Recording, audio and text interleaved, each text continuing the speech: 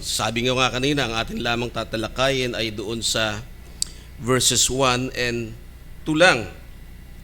Ganito ang sabi niya, si Judas na alipin ni Hesukristo at kapatid ni Santiago sa mga tinawag na minamahal ng Diyos Ama at iniingatan para kay Hesukristo. Ang kaawaan, kapayapaan at pag-ibig ay pasaganain nawa sa inyo. Dito pa lang ay busog na. Sa pagbati pa lang ni Apostol ay ni Jude nung may akda ay busog na. Sa kanyang pagbati nandoon ipinakikita niya kung sino siya. At makita natin dito yung mensahe natin ay believers' assurance for salvation is upon God's calling and Christ's preservation. Dalawang puntuhin lang naman natin to. God's calling for believers at yung ikalawa yung preservation of believers through or by Jesus Christ. At sa pagpapasimula nga makikita natin na yung palang tinawag niya yung kanyang sarili na alipin. Yung alipin dito ay hindi dahil siya ay napilitan, bagkus nakita niya na siya ay dapat magpasakop. Kung titingnan nga natin sa pagpapasimula ng ministeryo ng Panginoon, itong si Judas ay yung kanyang si Judas na kapatid ni James ay hindi talaga sila naniniwala at ang tingin nga nila ay nasisiraan na ng ulo ang kanilang kapatid na panganay na si Hesukristo. Ayon nyo sa Matthew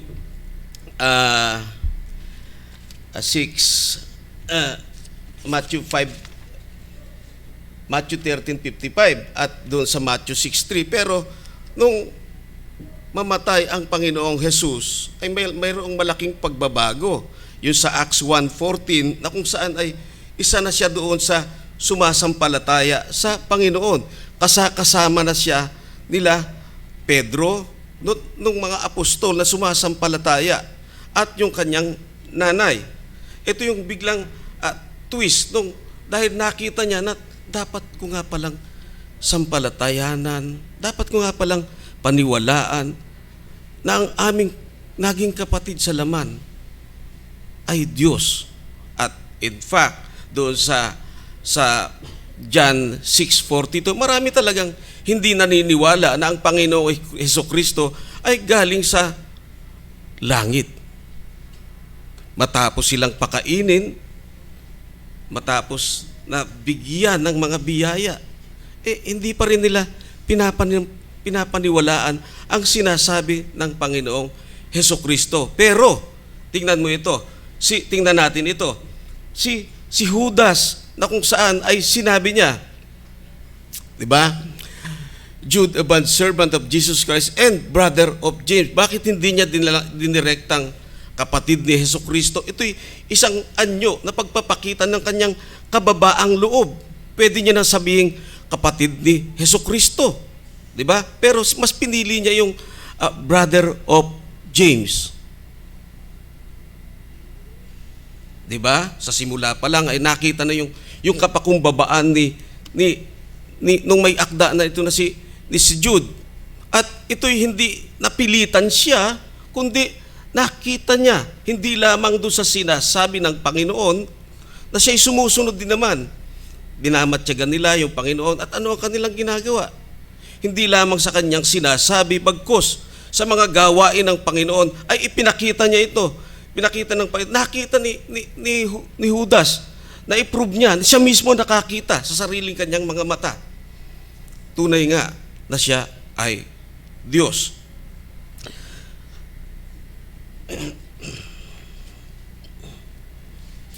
At makita natin na kung paano ay yung pagpe-preserve ng unang-una yung preservation ng Diyos ay paano sa kanyang pagtawag. Pero bago yung pagtawag ay nandoon muna yung pagpipili ng Panginoon mula sa walang hanggan. Yung calling dito ay manifestation o demonstration lamang kung paano sila ay pinili doon pa sa walang hanggan.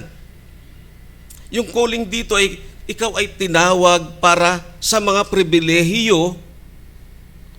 Tinawag ka ng Diyos para sa mga pribilehiyo at sa gawain. Pag ikaw ba ay tinawag sa gawain, ikaw ba ay tinawag sa isang pribilehiyo, mayroon kang karapatang magyabang? Wala. Kaya dito pa lang sa pambungad pa lang ay ipinapakita na nung may akda na ano ang dapat nating maging karakter. Tapos ganun. Ano ba ang calling na ito? Ito yung expression ng Diyos na kanyang pagiging soberano at yung kanyang mabiyaya na inisyatibo para yung kanyang pagtawag sa iyo ay maging kanyang inisyatibo para doon sa mga kanyang pinili. At makikita rin natin dito at meron talagang purpose kung bakit ang isang tao na sumampalataya ay dinadala niya kay Kristo para para siya ay maingatan din ng Panginoon at para i-proclaim niya na siya ay mula doon sa kadiliman at dinala sa liwanag. Ito yung pagtawag ng Panginoon. Hindi dahil lamang sa tamasain mo yung mabubuting bagay, totoo yun, kasama yun, pero ano ba? Lahat ng bagay kaya tayo tinawag ay may purpose ang Panginoon.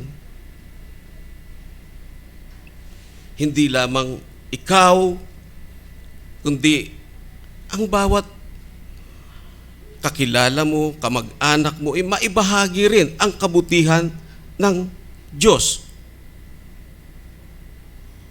Hindi ba napakaganda? Hindi lang ikaw magtatamasa nito. At napakaraming bagay na sinabi ang Panginoon. Tinawag ka dahil kay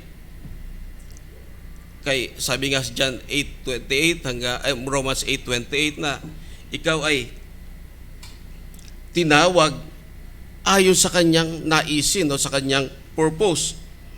At kung didiretsuhin pa natin doon, those whom He foreknew, also He predestined to be conformed to kanino? Sa image of His Son. Hindi sa image ng iyong kapitbahay, di ba? Kanyang bugtong na anak. Kaya patuloy nating aralin ang kanyang salita.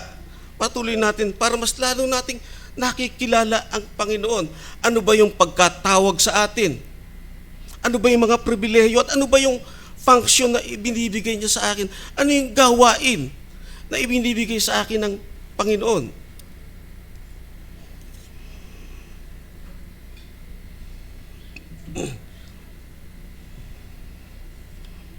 At hindi lamang iyon, kaya mo nagagawa ang lahat ng mga bagay na iyon dahil ikaw ay binigyan niya ng kapangyarihan para makapamuhay ng may kabanalan, makadiyos sa buhay na ito.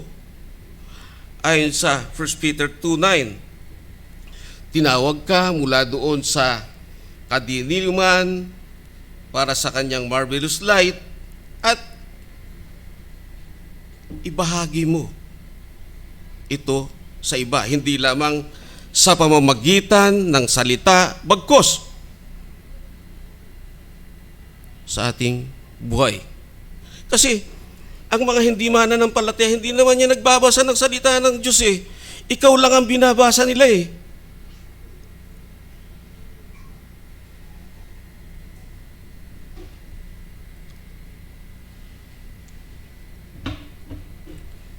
Yan, napaka-sarap isipin, bagamat medyo mahirap kung tayo lang.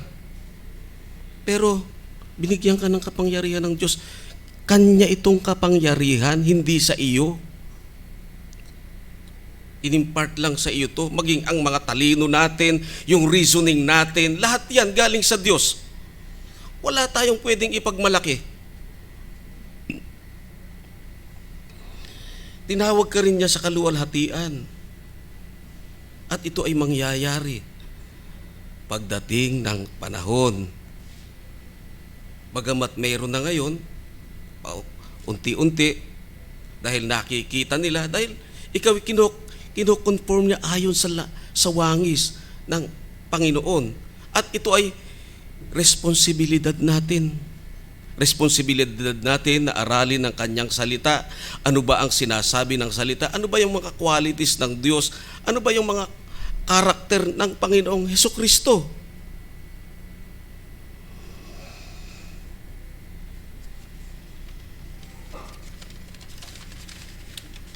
Hindi lamang na ikaw ay tinawag kundi doon sa function na yon, bagkus kung mapapansin natin dito, yung una ay called, o ikalawa ay sanctified, set apart. Ito yung ipinanganak ka ng muli, unang-una eh. Hindi na yung ikaw yung mula doon sa lahi ni Adan. Binago ka na, dinala ka na sa Panginoong Hesukristo at ikaw ay ipinanganak na muli at lahat ng qualities na mabubuti ay unti-unti ibinibigay sa'yo. Hindi man ito biglaan. Ngunit sa pag-aaral mo ng kanyang salita, unti-unti ito nagmamanifest. Nakikita ito.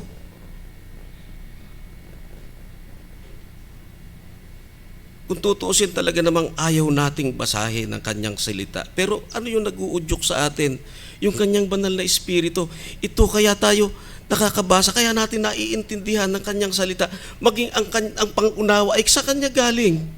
At ginagabayan tayo ng banal na espiritu para maunawaan natin ang lahat ng mga bagay na ito. Yung sanctified, beloved, ito yung condition mo ngayon. Ito yung state mo ngayon. Di ba? Sabi nga new creation. Mula doon sa bilang galing ka kay Adan, inilipat ka sa Panginoong Hesukristo. Tinawag ka para maging isang santo. Ano ba yung santo o saints? Sabi sa Romans 1:7. Sabi, to all who are in Rome, beloved of God, called to be saints. Binanal. Binanal ka, tapos beloved ka pa. Pag yung word na beloved, kung mapapansin nyo, yung word na beloved, kanino ginamit ito? Nung nung binaptize ang Panginoong Hesukristo, at sino yung nagsalita? This is my beloved Son, in whom I am well pleased. Pag narinig yun, pag nalaman mo na, uy, isa pala ako sa mga beloved, hindi lang beloved na ikaw ay isa, kundi buong iglesia. Di ba? Kumbaga, apple of the eye. Hindi ka ba magpupuri, hindi mo ba bibigyan ng karangalan ng Panginoon na hindi mo kaya ang lahat ng mga bagay na ito, pero siya ang kumilos para sa iyo. Para mas lalo mo siyang makilala, para mas lalo mo siyang papurihan. Ikaw ay inilagay sa kondisyon ito. Ikaw ay inilagay sa katatayuan ganito. Hindi lamang yung pinatutuhanan pa iyan ni Apostol Pedro sa kanyang sulat do sa 2 Peter 1:17 na in whom I delight. This is my beloved Son in whom I delight. Na kung papaanong si Apostol Pedro na siya'y bumagsak, pero nirestore siya ng Panginoon. Kaya ganoon na lamang ang pasasalamat ni Apostol Pedro sa Diyos sa Panginoong Hesukristo. Kung paanong nagkamali siya, 3 beses niyang dininay ang Panginoon, nirestore siya ng Panginoon sa magitan ng pagtatanong ng 3 beses, Peter, do you love me? Ganoon din, kung tayo ay nagkakasala, ay ganoon din naman. Nire-restore tayo ng Panginoon, hindi dahil sa kaya natin ito, bagkus ay ipinakikita niya ito sa iyo sa pamamagitan ng kanyang salita, sa pamamagitan din ng banal na Espiritu, para ano? Para muli kang lumapit sa Kanya.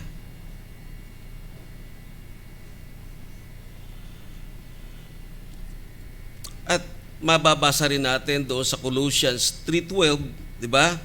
As elect of God, holy and beloved, put on.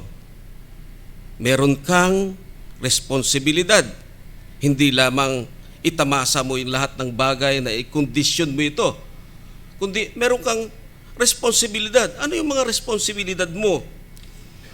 Put on tender mercies, kung paanong ikaw ay kinahabagan, ganun din naman ang dapat mong gawin. Yung kindness, yung kabutihan ng Diyos, kung paano mo ito naranasan, ay ipaparanas mo rin ito sa iba. Yung humility, kung paano kang pinagtiisan ng Panginoon, paano nagtiis ang Panginoon para sa kasalanan natin, ay ganun din. Dapat din tayong magtiis para sa iba. Yung kaamuan, makita ito sa atin. Ito yung mga qualities ng isang bagong nilikha ng Diyos, yung bagong pinanganak na muli sa Diyos. At nandoon yung iyong pagtitiis o long suffering. Kahit na hindi ka tiis-tiis ang iyong mga kasama sa bahay, kahit na iyong katrabaho, hindi ka tiis-tiis, titiisin mo pa rin yun. Para kanino? Para sa Panginoon, dahil ikaw ay biniyayaan niya dito.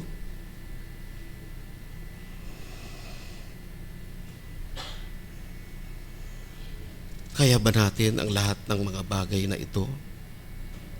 Siyempre, kung sa atin lang, hindi. Kaya nga ini-impart ng Panginoon yung kanyang mga qualities sa pamamagitan ng pag-aaral ng salita, at ito'y ginagabayan ka ng banal na Espiritu para masundan mo ang lahat ng mga bagay na iyon. Kaya dapat sa ating kaisipan, bibig, mamutawi ang patuloy na pagpapasalamat, patuloy ng pagbibigay ng karangalan, patuloy na pagbibigay ng kaluwalhatian sa Diyos. Minsan ay sumasablay tayo sa mga bagay na ito, pero nandyan ang Panginoon, nandyan ang Diyos na siya'y mapagpatawad, mapagmahal. Yun, tayo ay tinawag ng Diyos para sa kaligtasan, at tayo ay ibinukod. Ano yung pagkakabukod sa atin para sa mga qualities na ibinigay ng Diyos? Ito yung katatayuan mo ngayon. Ikaw ay isa ng anak ng Diyos. Lahat ng mga sumasampalataya o sumampalataya. Iyon ang kung paano tayo pinipreserve ng Diyos, dahil siya yung, kung ating papansinin doon sa Ephesians 1:4, siya ang tumawag sa atin, pumili sa atin, nag-elect sa atin before the foundation of the world. Hindi ka pa ipinapanganak. Dahil siya ay Diyos, alam niya ang lahat ng bagay. Di ba? Hindi ba yun pa lang ay worth na ng pasasalamat sa Diyos? Wala ka pang ginagawa. At nung nabuhay ka, nandoon naman, marami kang sablay. Di ba? Hindi lang sila, kundi ako rin mismo, tayong lahat. Na siyang dapat nating makita, na siyang dapat nating ipagpasalamat sa Diyos, na tayo rin ang siyang maging dahilan para sa kanyang kapurihan at kaluwalhatian. Kaya Yun ang una, tinawag tayo para ipakita niya yung kanyang planuhin doon pa man before the foundation of the world na ikaw ay bago nang nilalang, pinanganak na muli. Ikaw ay bagong nilikha. At ito ay responsibilidad ng bawat isa sa atin na ipakita ito. Hindi natin kaya, pero sa tulong ng Diyos, magagampanan ang lahat ng iyon.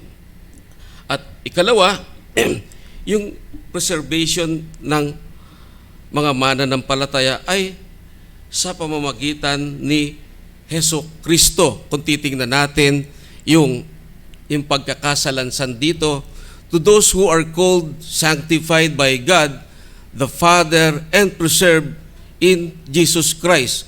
May semicolon. Diba? Ine-emphasize dito kung paano na ikaw ang mananampalataya ay ipipreserve ng Panginoon. Unang-una, makikita natin dito yung mercy.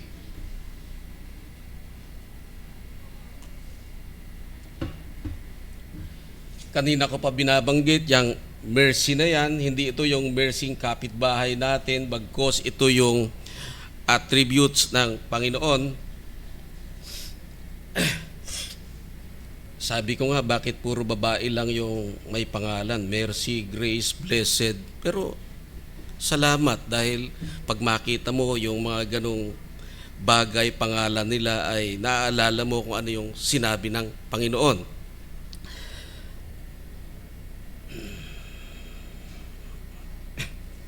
Sabi nga di ba, yung preserve or kept or guarded. Yung word dito sa New King James ay preserve, pero sa ESV ay kept, past tense, na ibig sabihin ay from the word na Greek na teros or guard, or sabi means to keep an eye, to keep something in view, to hold firmly, to attend carefully. Carefully tayong pinapangalagaan ng Panginoon, di ba? Ito yung pangangalaga niya sa atin.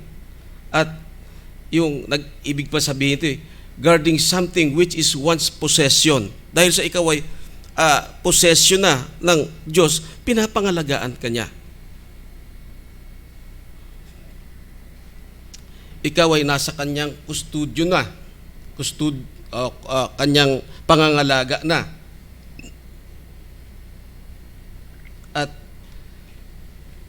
kung paanong sa priestly prayer ng Panginoong Hesukristo sa John 17:11, sabi niya, I am no longer in the world, yet they themselves are in the world. I come to you, Holy Father, keep them in your name, the name which you have given them, that they may be one, even as we are one. Nandoon, tinawag ang iglesia para sa isang kaisahan, sa unity.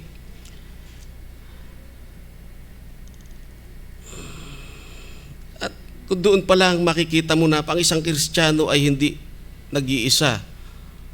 Laging nandoon ang pangangalaga ng Panginoon, nandoon ang paggabay ng banal na Espiritu.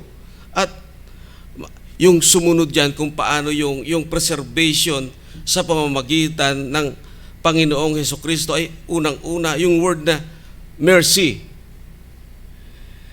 Yung mercy dito, ito yung habag, awa, compassion ng Panginoon kahit ikaw ay mananampalataya na. Nandoon lagi yun. Dahil alam niya ikaw ay feeble, madali kang matalisod. Kaya ang responsibilidad natin, lagi tayong humingi ng habag sa Kanya. Bagamat iniingatan niya tayo, kinahahabagan niya tayo, may responsibilidad tayong lumapit sa Kanya. Tayo laging humingi ng habag. Kaya Sabi nga roon sa Isaiah 53:4 and 5, God in His mercy that does not give us what we deserve. Justice yun, di ba? Instead, He gave our punishment to His own Son on the cross. Yun lang eh. Talagang magpapasalamat ka na eh. Bagamat, minsan, winawalang bahala natin ang mga ito, pero dapat natin muling aralin. Dapat nating basahin. Bakit, ano ba yung layunin ng Panginoong Jesucristo? Bakit siya bumaba dito sa lupa?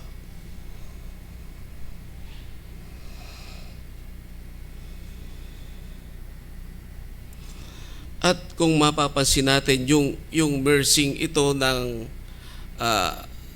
Diyos ay grounded din ito sa kanyang peace. Nung tayo ay nagkaroon ng reconciliation, di ba? Ay, yun eh. Kinahabagan ka niya eh, kaya mayroong kapayapaan.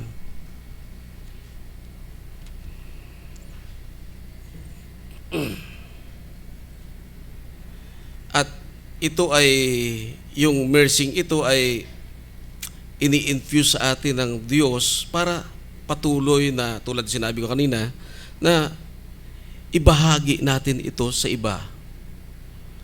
Bagamat, sabi ko nga, di ka tiis-tiis. Tayo man, ganun, di ka tiis-tiis. Pero, tiniis tayo ng Diyos. Pinangalagaan tayo ng Diyos. Kahit tayo ay mga mananampalataya na, nandoon pa rin sablay natin eh. Diba? Minsan sa isipan pa lang sablay na tayo eh. Pero pag naalala mo yung kanyang salita, patawad, Panginoon.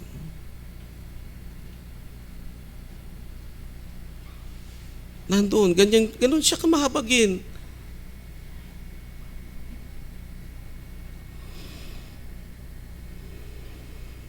Another thing, isang susunod na dito ay yung kanya, yung mercy kanina. Ikalawa ay yung peace. Yung peace dito ay produkto ito ng biyaya ng Diyos. Kung ikaw ay nabiyayaan, ikaw ay nagkaroon ng reconciliation sa Kanya, mapayapa na ang iyong buhay. Parang ito yung sa labanan eh, di ba? Pagka nagkaroon ng pag-uusap, nagkaroon ng reconciliation, tahimik na ang iyong buhay, ang iyong bansa ay tahimik na. Ito yung time na naranasan din nung time ni Solomon. Lahat ay payapa at ano pa, yung mga silver nga eh, tinatapakan na lang nila. Pero wag na tayo doon sa silver, di ba? Wag na tayo doon sa mga gold. Yun lang kapayapaan ang ibigay sa iyo ng Panginoon ay sapat na. Kung kakain ka man, ulam mo ay tuyo, nandun yung kapayapaan mo. Di ba? Hindi lang ito pagkain ng mahihirap. Maski nga yung mga high blood gusto rin ito eh.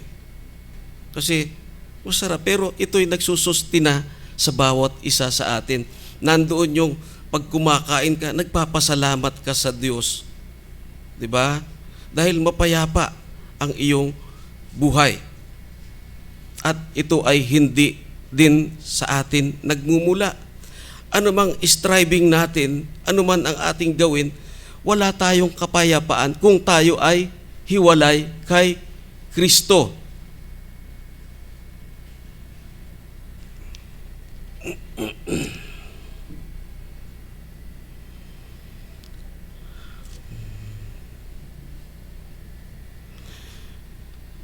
Talagang napakasarap isipin na yung kapayapaan ay ipinagkakaloob sa iyo ng Diyos. Nandyan nga, marami kang ang pera pero marami ka namang sakit, di ka makakain, pero ang kaya mo lang kainin ay biskwit. Problema pa yun, di ba? Pero kung healthy ka at alam mo na pangangalagaan ka ng Panginoon, huwag naman mag-abuso. Di ba? Meron tayong responsibilidad na kumain ng ayon din sa ating kalusugan. At yung peace dito, isa pa ay kung ikaw ay anak ng Diyos, nakikita sa lahat ng quality sa iyo ay yung mga yung qualities ng Panginoon, di ba magkakaroon ng kapayapaan maging yung mga kapitbahay mo, mga kamag-anakan mo, lahat yan. Kasi kawing-kawing yan eh.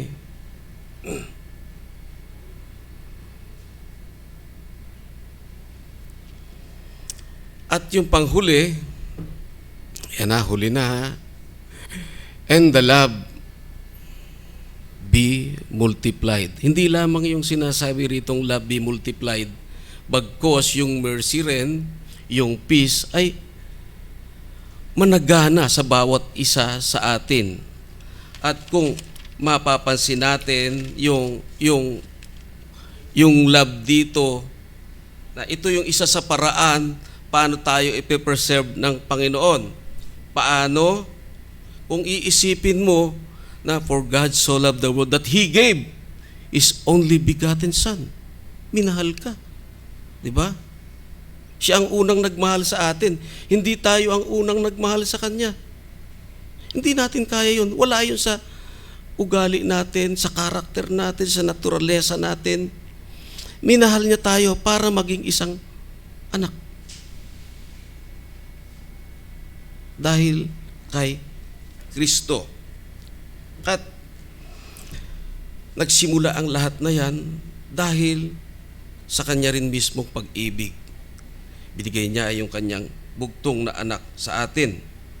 Ito yung unang-una kung bakit tayo nagiging Christian, dahil tayo ay sumasampalataya doon sa ginawa ng Panginoong Hesukristo, na tayo ay tinubos, naapis yung wrath ng Diyos sa pamamagitan ng ating Panginoong Hesukristo. Kaya yung pag-ibig dito ay pinaka-central na gawain ng mga Kristiyano. At sabi nga ni Apostol Pablo, love is fulfilling the law in Romans 13 verses 8 to 10. Kung atin ngang pansinin iyon, nanginginig oh. Romans 10, Romans 8, Romans 13 pala. Yan ha, samahan nyo ako sandali ha. Romans 13 verses 8 to 10. Huwag kayong magkautang ng anuman sa kaninuman, kundi mag-ibigan sa isa't isa, sapagkat ang umiibig sa kanyang kapwa nakatupad ng kautusan. Ang utos na huwag kang mangangalunya, huwag kang papatay, huwag kang magnanaka, huwag kang mag-iimbot. At kung mayroon pang ibang utos ay mauwi sa salitang ito, ibigin mo ang iyong kapwa gaya ng iyong sarili. Ang pag-ibig ay hindi gumagawa ng masama sa kanyang kapwa. Ang pag-ibig ay siyang katuparan ng kautusan. Yun yung tatlong bagay na kung saan ay ipinapakita ng Panginoon na tayo ay pinapangalagaan niya. Yung peace, yung mercy, yung peace, at itong panghuli ay yung love. Yung pag-ibig daw ay kung makikita natin doon sa 1 Corinthians 13, di ba? Love is persistent, yung pagiging makulit ba ang tawag doon sa Tagalog? Makulit, para ibigin mo siya kahit huwag ka ganito, inaayawan ka, nandun pa rin yung iyong pagmamahal sa Kanya. At hindi ito makasarili. At hindi ka nagtatanim ng galit sa iyong kapwa, lalo na sa mga kapatid. Kung paanong minamahal mo ang iyong kapatid, ay gayon din naman, may utos din, mahalin mo ang iyong kaaway. Alam mo sa bahay, pag inaaway ka na ng misis mo, mahalin mo kasi sinabi, mahalin mo ang iyong kaaway. 'Di ba? Paggising mo pa lang sa umaga, sino yung love your neighbor? Pagdilat pa lang sa umaga, nag-away kayo sa gabi. Inaaway ako to kagabi. Pero ano yung utos? Love your enemy. mahalin mo pa rin. Di ba?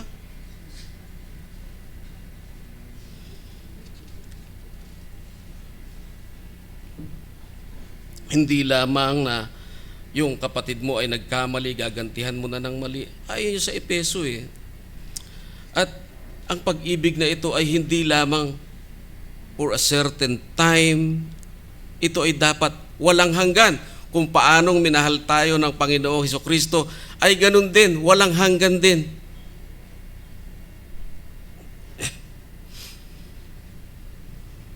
At ito yung dapat na isa sa pinaka-quality na dapat nating i-pursue. Ayon kay Apostol Pablo sa unang Korinto, kabanatang 14, talatang 1. At gayon din sa Timoteo, unang Timoteo, chapter 2, verse 22. At ito yung pinakapundasyon talaga ng ating pagiging buhay Kristiyano. Kung paano tayo ay minahal ng Diyos sa magitan ni Hesukristo, ito rin ang ating ibabahagi sa bawat isa. Tingnan natin, di ba? Yung word dyan, and preserved in Jesus Christ. Paano? Mercy, peace, and love be multiplied. Hindi lang addition, multiplied pa itong sinabi. Sumagana sa bawat isa sa atin. Kaya nga, bilang isang komunidad na kung saan tayo, mga iglesia, na ang pinaka-sentral dapat ay yung pag-ibig. Muli ay babalik na naman ako roon. Yung mga hindi katiis-tiis, pagtitiisan natin yun. Minsan, talaga namang may makulit, pero tayo man din makulit. Di ba? Pinagtitiisan nga tayo ng Panginoon, pero tayo patuloy na tinuturuan niya. Ito yung paraan kung paano tayong pinapangalagaan ng Panginoon. Yung kanyang mercy, yung mercy, kung paano kinaawaan ka, ibabahagi mo rin ito sa iba, kaawaan mo rin yung iba, sa magitan, nagpagbabahagi ng salita ng Panginoon. Yung peace, yung kapayapaan, laging ang isipin natin ay yung kapayapaan. Kung meron mang hidwaan, nandun agad yung kaisipan na magpatawad. Kasi kung walang pagpapatawad, walang peace. Tayo man ay pinatawad ng Panginoon. At ito ang talagang pattern ayon doon sa Colossians 13 yata iyon. At ano pa? Yung love be multiplied. Tandaan nyo, hindi lamang add, multiplied, sumagana ang pag-ibig.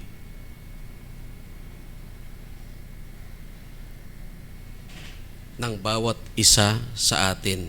Ito ang paraan kung paano tayo nape-preserve ng Panginoong Hesukristo.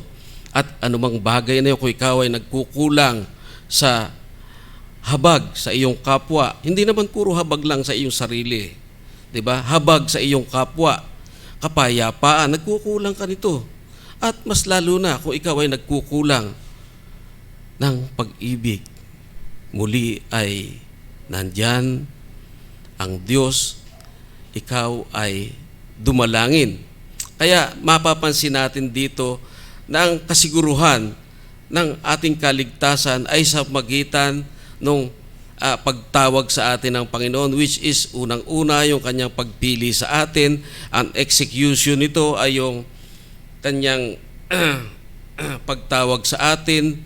Ipinakita niya ang lahat ng mga bagay na ito, dinemonstrate niya ang lahat ng bagay na ito sa magitan ng kanyang pagpapadala ng kanyang bugtong na anak. At ano naman ang ginagawa ng kanyang bugtong na anak? Tayo ay pine-preserve niya sa lahat ng bagay.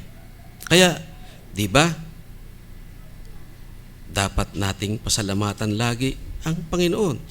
Kaya nga, kung sino man ang wala pa sa Panginoon, ay ito yung time na makita mo na yung pagtawag ng Panginoon sa kanyang ebanghelyo ay hindi mo kayang iligtas ang iyong sarili sa darating na paghuhusga ng Diyos din mismo. Bagkus ay ito na yung panahon para muli makita mo ang pag-ibig ng Diyos, yung kanyang pagliligtas.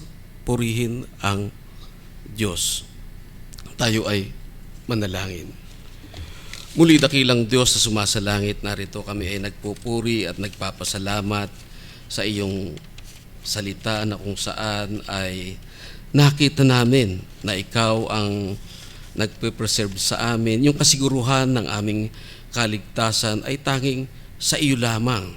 Kung paanong kami ay tinawag mo, ipinakita mo ito, ginawan mo ito ng paraan, ikaw rin mismo ang gumawa ng paraan sa pamagitan ng iyong bugtong na anak na si Hesukristo, at gayon din naman sa pangangalaga at pagpe-preserve sa amin ng Panginoong Hesukristo. Nawa, O Diyos, ay patuloy mo kaming pangalagaan sa pamagitan ng iyong bugtong na anak na si Hesukristo. Purihin ka, O Diyos, sa ngalan ni Kristo Jesus. Amen.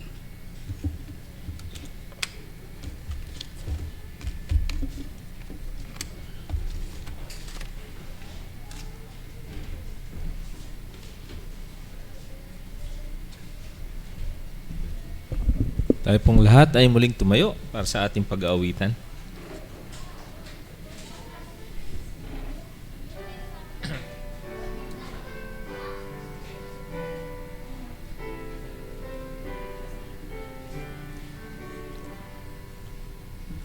More about Jesus would I know, more of His grace to others show, more of His saving fullness see, more of His love who died for me.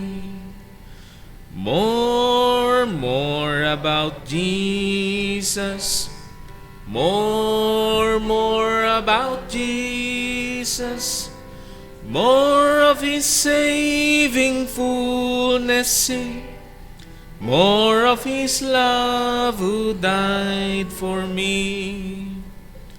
More about Jesus let me learn, more of His holy will discern. Spirit of God, my teacher be, showing the things of Christ to me. More about Jesus, more about Jesus, more of His saving fullness see, more of His love who died for me. More about Jesus in His word, holding communion with my Lord, hearing His voice in every line, making each faithful saying mine. More about Jesus, more about Jesus, more of His saving fullness see, more of His love who died for me. More about Jesus on His throne,